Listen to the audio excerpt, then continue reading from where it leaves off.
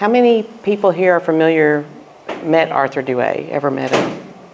So most of the room, that's great. How many of you were privileged to have your portrait done with him? Okay.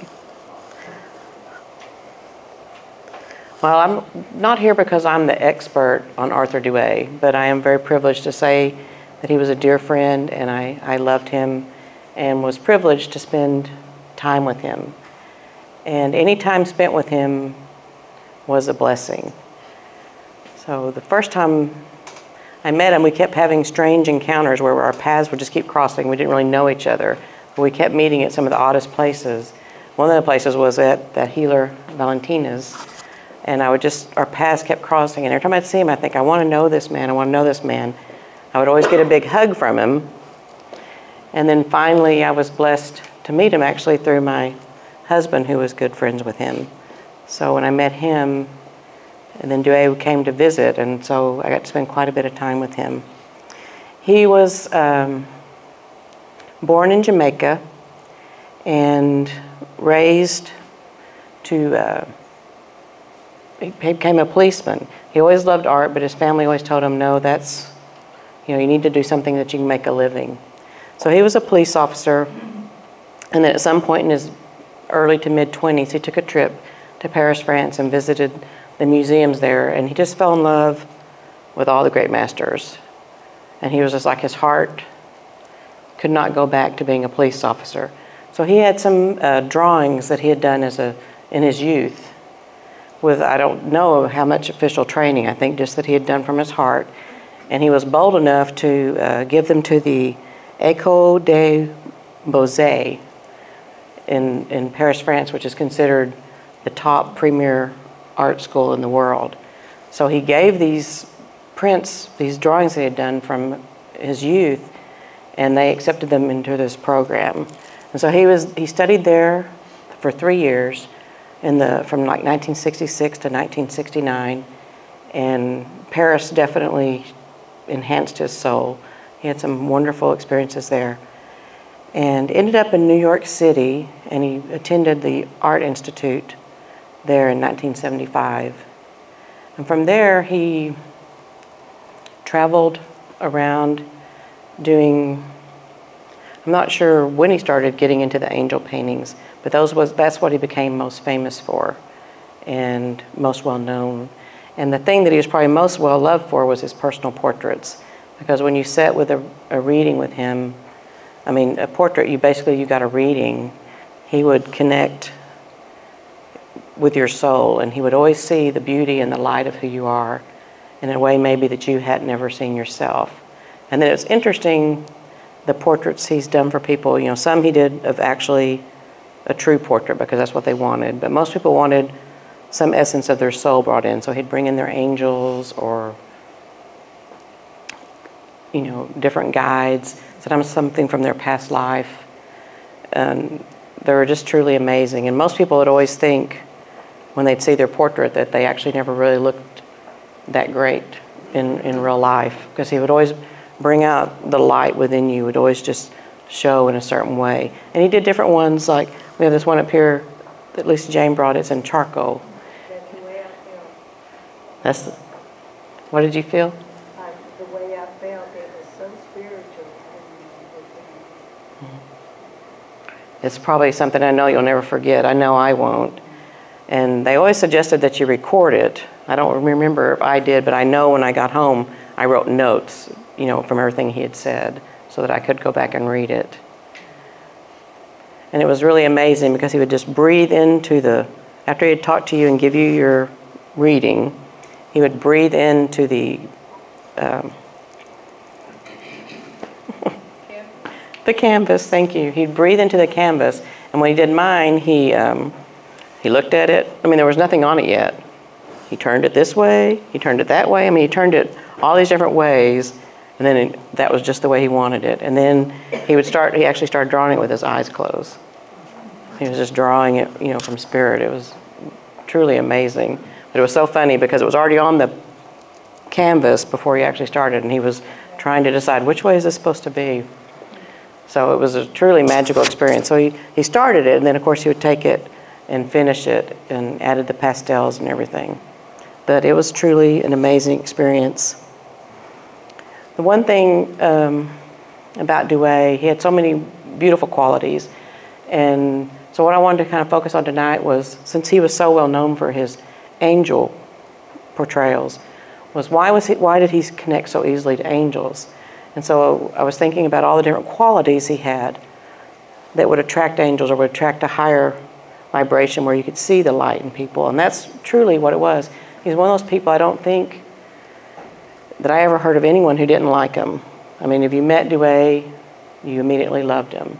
Just like I know when I saw him, I didn't even know him. It took me 3 years before I finally met him. But every time I'd see him, I think, gosh, I want to know him. I want to know him. There was just something about him. He was just this big, giant teddy bear. But I mean, you see a lot of people and you think they look nice or, you know, but there was just something about him, and everyone was that way. Anytime I'd get around anybody, they'd say, gosh, I want to know that man. And part of it was because he saw the light in everyone. You never heard him say an unkind word ever about anyone or anything. I never remember him complaining. You know, and the time I got to know him, he was older and he started suffering from illness. He had glaucoma, which was, you know, so tragic for him because it really did interfere sometimes with his artwork. His eyes would hurt. You know, he was getting older, his body would get stiff, but he never would ever complain. If you'd ask him how he was, he'd always say, oh, I'm doing well. Even though you knew he was having trouble with his eyes and things, and that was just part of that natural energy of him. You know, he was human and he suffered the things that humans suffer, but he never complained. He was always ready to celebrate life. And the angels, you know, part of their philosophy is just celebrate everything. And he definitely celebrated everything. He loved food, he loved laughter, he loved women, he loved life, he loved nature. He was, in some ways, you know, I would think the angels that maybe hung around him remind me of the angels from that movie Michael, where he was just, you know, walking around with his big angels and big wings, and everybody was just, all the women were traipsing after him, and all the men were fascinated with him. And Douet had that energy. So, one of the things I always love, one of my favorite sayings about angels is that angels can fly because they take themselves lightly. And Douet definitely took himself lightly. He was always the first person to laugh at anything, especially himself. His laughter would just engulf you and bring you into this euphoric energy. And he was always there to comfort. And one of the things I love the way about how he comforted is he didn't try to necessarily give words of wisdom or try to talk you out of your grief, but he would sit there with you. He would hold the space and he would just look at you and he would comfort you. He would be there with you in a way that it was okay if you were unhappy or unsure or confused. It was okay because he'd been there before too. But he had this innate trust of life. And so he helped bring out those qualities in the people he had spent time with. And that was one of the things I know, that anybody who spent time with him became a better person because of that, because you could see him and you experienced that energy, and whatever you recognized in him, you brought it out in yourself as well.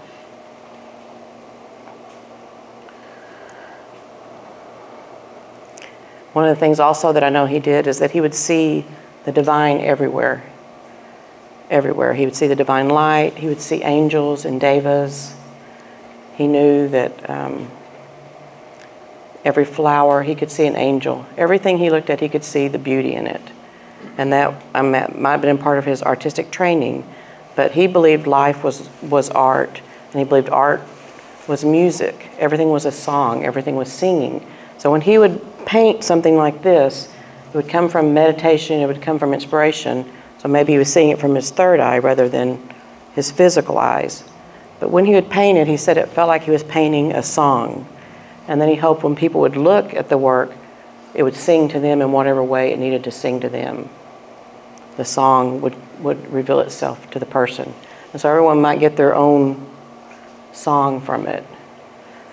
He didn't have certain intention that he painted this, that you're supposed to get this certain message. It just was revealed. It flowed through him. It was the divine flowing through him.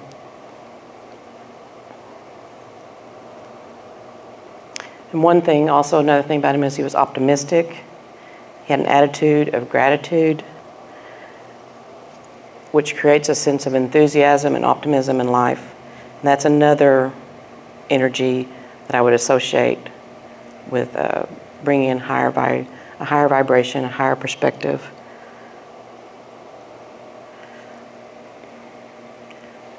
When I was talking about Douet not judging others.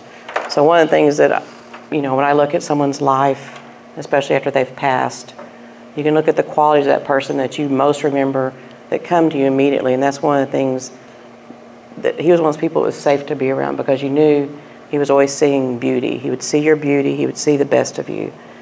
And so that's one of the things I think, okay, I would like to have more of that in my life.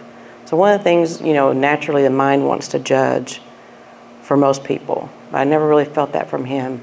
But one of the things you can do, is if you're feeling like you're just judging, you can turn it around immediately to say, okay, this is an opportunity to offer a prayer for that, or whatever works for you that shifts it. So, because you don't have to blame yourself for looking at someone or something, but just understand that if you're judging it as one way, then you're kind of locking yourself into that energy and that experience. And that was one thing I know with Douet. He was so open to whatever life was going to bring. I'm sure he worried.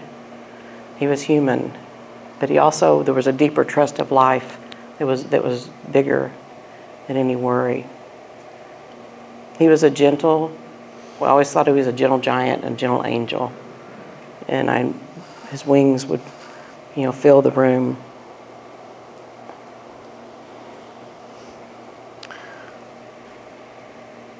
I know we spoke briefly about him last month, and one of the stories I shared was about how he did love food and he loved to be with people. We went to a restaurant, and it was a Vietnamese restaurant, and he knew a little bit of Vietnamese, so he wanted to compliment the grandmother of the place. And he said something to her, and she kind of looked at him and kind of frowned and walked off, and he was looking at us like, oh. So then later, as we were leaving, her two grandsons came up. They were just laughing. And they said, why did you tell our grandmother that you're a very big man? And he looked at them, he just roared. I don't know what he was trying to tell her. He was trying to tell her, like, beloved mother, thank you, or, something completely different than that. And so from then on, anytime he would come around, we'd always say, you are a very big man. And he always knew what that meant. But he was just that. He was always full of life. You never were going to be with him when you didn't laugh or feel loved, feel just blessed to be in his presence. And so I'm so happy that most of the people here had the opportunity of knowing him. And for those of you that didn't, I hope that you will feel his energy tonight through these words and through his slides.